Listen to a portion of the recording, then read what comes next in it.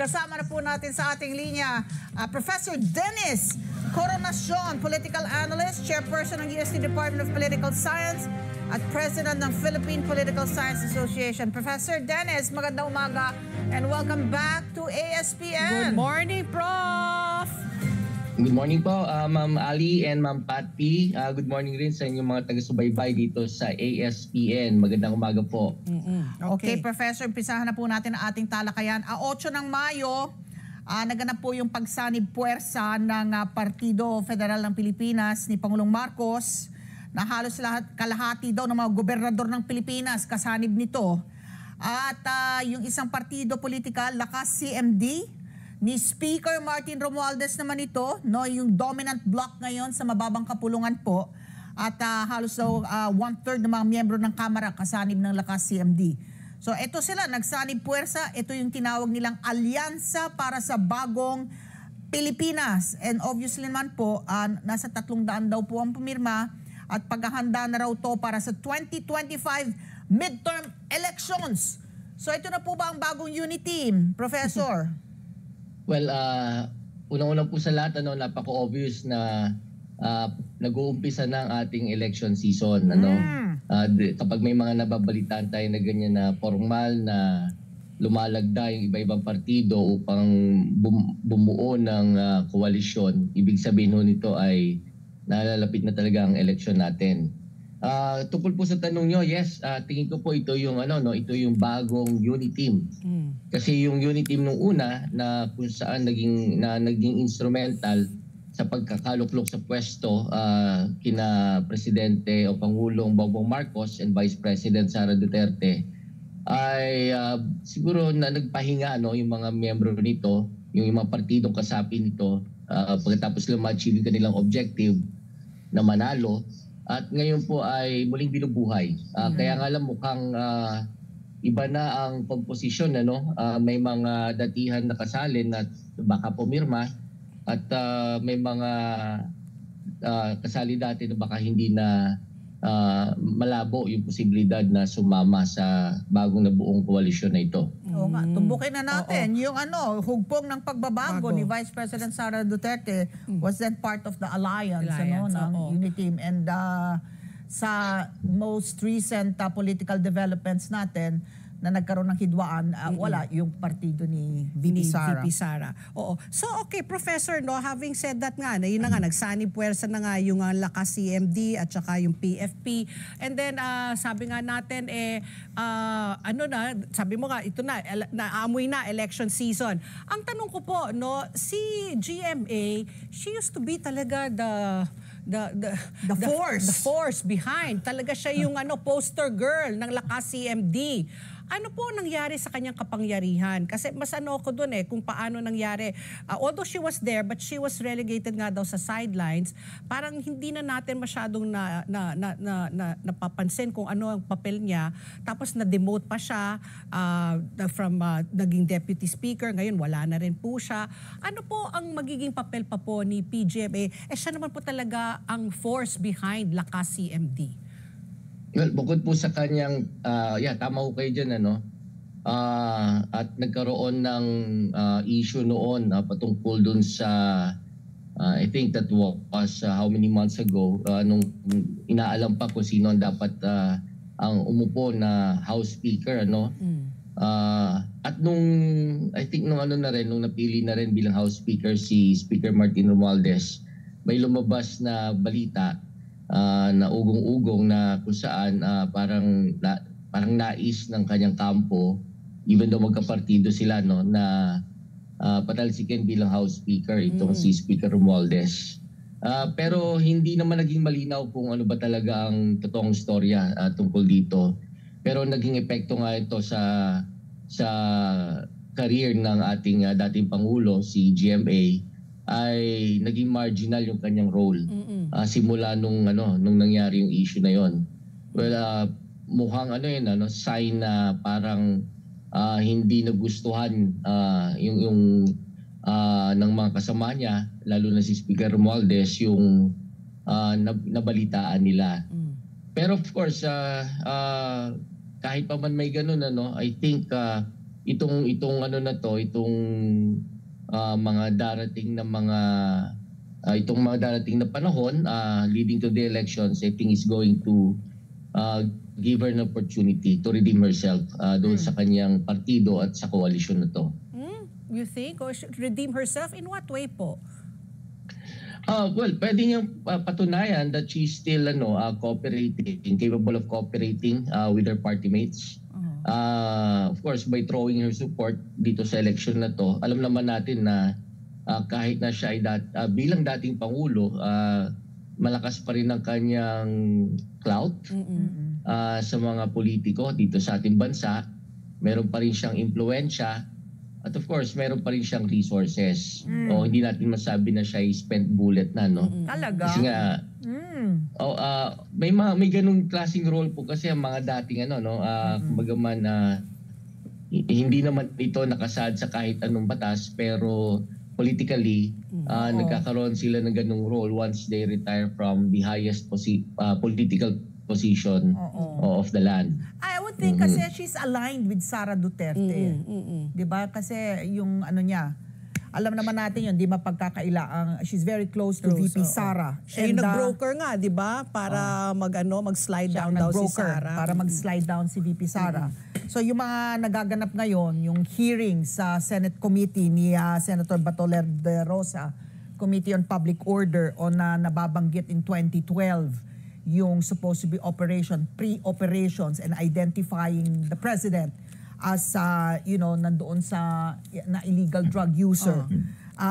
Taken in context, tweet naman on that's for the Duterte camp. Dito naman sa Marcos camp, biglang nakakayanig naman ngayon yung, although meron silang parang disclaimer doon sa balita na ang Department of Justice is preparing a legal briefer para sa options ni Pangulong Ferdinand Bongbong Marcos just in case mag-issue ng warrant of arrest ang ICC. Hindi ka naman kailangan maging genius para makita mo yung mga tawagin na nating mga machinations, political machinations, Professor. Pero taken in the light of yung ang eleksyon at pagsanib puwersa ng political parties ni President Marcos and his first cousin Martin Romualdez, at yung seemingly pananahimik nung kampo ni VP Sara Duterte, but VP Sara Duterte enjoying very high trust and approval ratings, bagamat bumaba ng double digits nung huli. Tama kayo dyan. Yung mga developments kayo are really very interesting kasi ang malinaw na konteksto dito ay yung parating na midterm elections.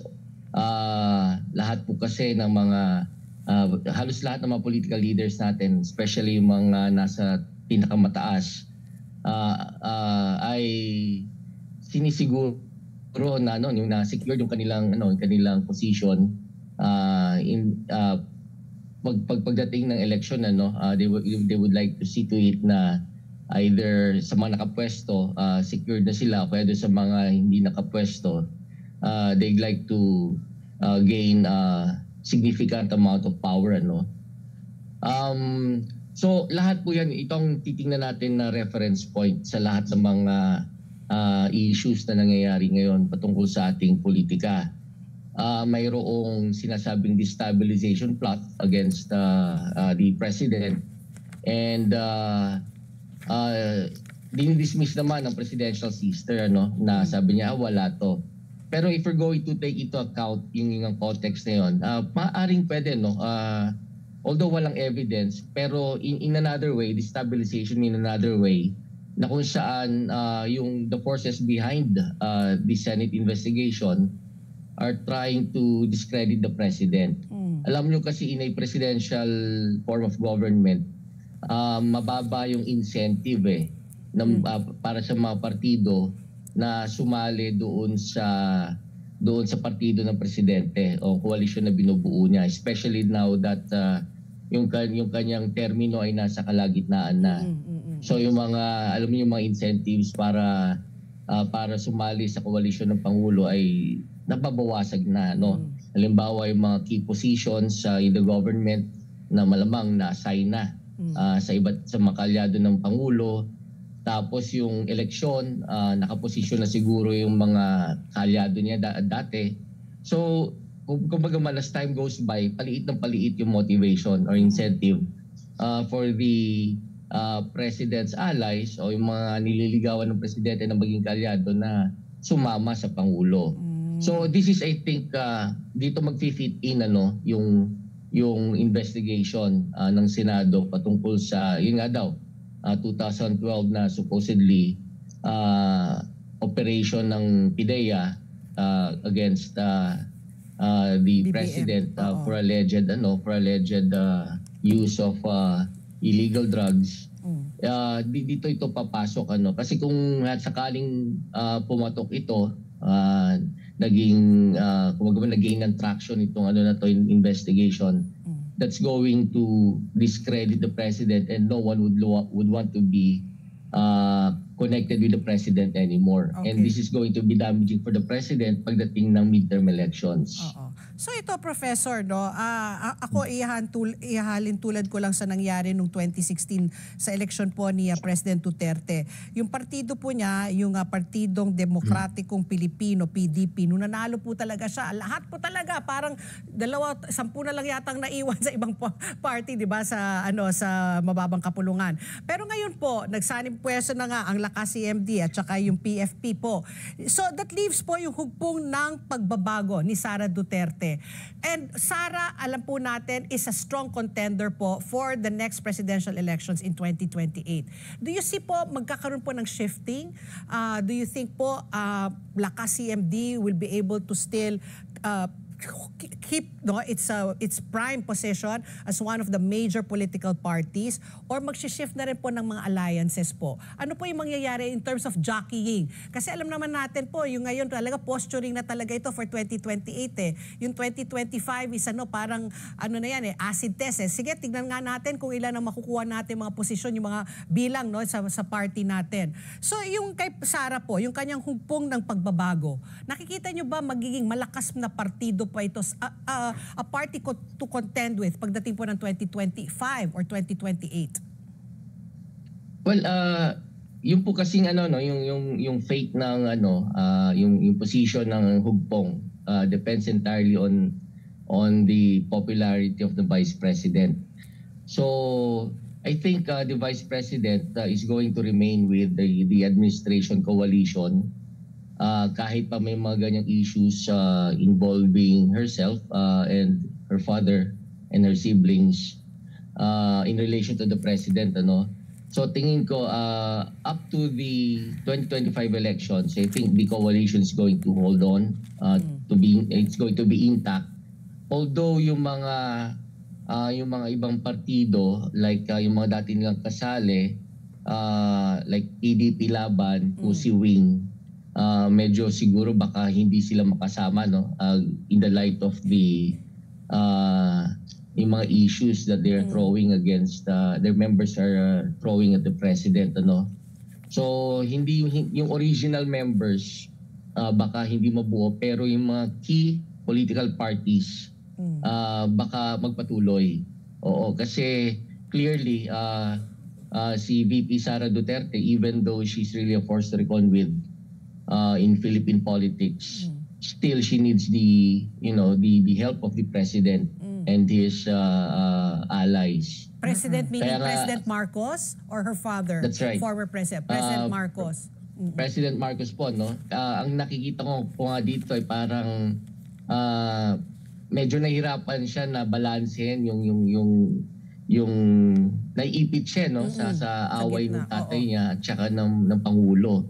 So that's why I think her strategy is to keep mum, to keep silent, and but remain with the coalition. Okay.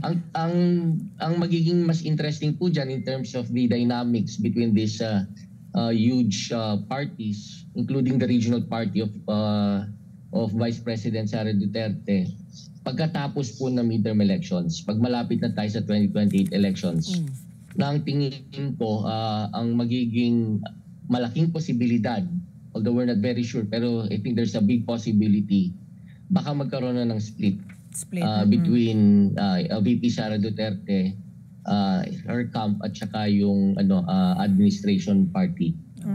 Okay, nung lipat lang lilis kami ng issue, Professor, nung nakaraang Martes sa isang pulong balitaan sa press conference po ni former Senator Trillanes, binanggit po niya, no, ito seryoso daw itong distab, no, may ouster plot para patalisikin po si Pangulong Ferdinand Bongbong Marcos at syempre po ang ipapalit ay ang kanyang vice presidente. Merong active recruitment daw na nagaganap, no, among the members of the PNP, yung kapulisan, at dun sa ating mga sundalo sa AFP, no? Merong mga active senior members ng PNP, merong kahit mga aktibo, even retired, no, senior military officials actively recruiting. At syempre ang plot po nito, this is intended daw to protect the former president in the light of itong napipinturaw na issuance ng warrant of arrest laban sa dating Pangulo dahil po sa kanyang illegal na madugong kampanya laban sa illegal na droga. Professor, eto na naman, meron na namang pandagdag na anggulo para mapagulo po ang political situation ng Pilipinas. Nawala. Hello? Ayan, Yes, andito pa po. Yes, Professor. What do you hear? make of this naman? May karagdagan na naman pong anggulo, Professor.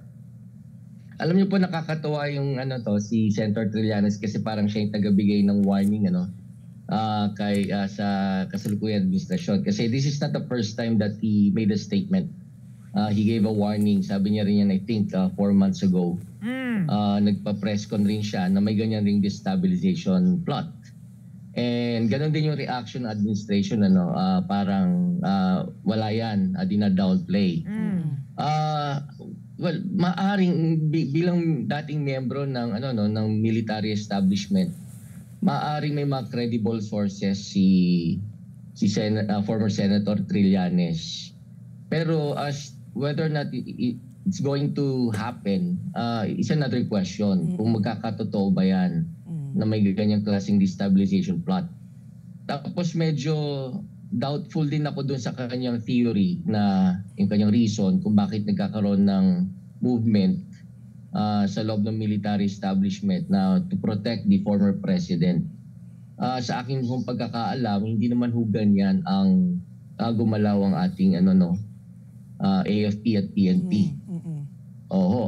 Hindi ho sila, at least ideally speaking, their loyalty is to the country, to the constitution, and not to the individual political leaders. Okay. I was going to ask Professor kasi alam naman natin po si former Senator Trillanes, he was the one who led the mutiny, di ba, dyan sa Manila Pen. He wanted to oust nga GMA sa administration. At this day and age, do you think that is still doable? Pwede po ba tayo magkaroon ng ganyang mutiny? EDSA revolution, 1, 2, 3, 4, 5, meron pa ba talagang ganon? Do you think ang mga tao kakagat pa sa mga ganyan? Meron pa bang chance na may ma-impeach ma-impeach ang isang pangulo like what happened to President Joseph Estrada, magkaroon ng people power revolution, which what happened to former President Ferdinand Marcos Sr. In this day and age, ito po, meron pa ho ba? Kayo po, ano ang sa tingin po ninyo? Well, depende po yan sa sa mga conditions that are present. Doon sa una yung yung scenario within the military establishment, would it still be possible in this day and age na magkaroon ng mga Oakwood mutiny o mga military mga military coups? We have to note po na I think yung mga deeper issues na nire-raise ng ating mga sundalo at mga younger military officials nung panahon na uso pa yan, I think at this point na-address na yung mga yan, yung kanilang mga legitimate issues. So tingin ko medyo mas mahirap mag-mobilize ngayon for a military coup kasi nga generally na-address na yung mga yung kanilang mga complaints, yung kanilang mga grievances and issues. So Tapos except of course kapag mayroon na lang sigurong willing isang political leader o kung sino man na who's willing to take the risk na makulong siya para sa pag-mobilize ng ganyan, ano, to use the military in order to oust the president. Ngayon doon naman po sa pangalawa, sa impeachment, depende rin po yan sa mga political forces tsaka sa mga political players involved. At the moment, since alam naman natin that the impeachment complaint is going to be filed at the lower house, sa ngayon po parang mayroong pang super majority ang Pangulo, no? So if it's going to be intact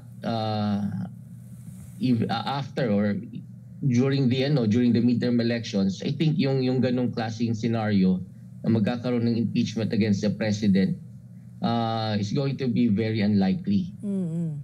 Napaka-unlikely po yun. Okay. Professor, napakasarap ka maging kahuntahan dahil talagang hindi mapagkakaila na talaga. We live in interesting times, no? Ang ingay po ng politika ngayon and we really have to have someone like you, isang political analyst para mas lalong maintindihan ng ating mga taga-subaybay anong nangyayari. I was going to say to Prof, sabi ko, akala ko sasabihin mo, hindi na uso yung mga impeachment, mga coup, kasi may social media na, parang ang hirap na ngayon in this day and age, parang yun ang naging, glaring na talaga, sabi ko, mahirap na magkaroon ulit ng mga ganyang, lulusog tayo sa EDSA. Professor Dennis Coronation, maraming salamat po for joining us this morning. Po, Professor. Happy Friday po. Happy Friday po. Salamat po sa pag-imbita. Thank you. Thank you.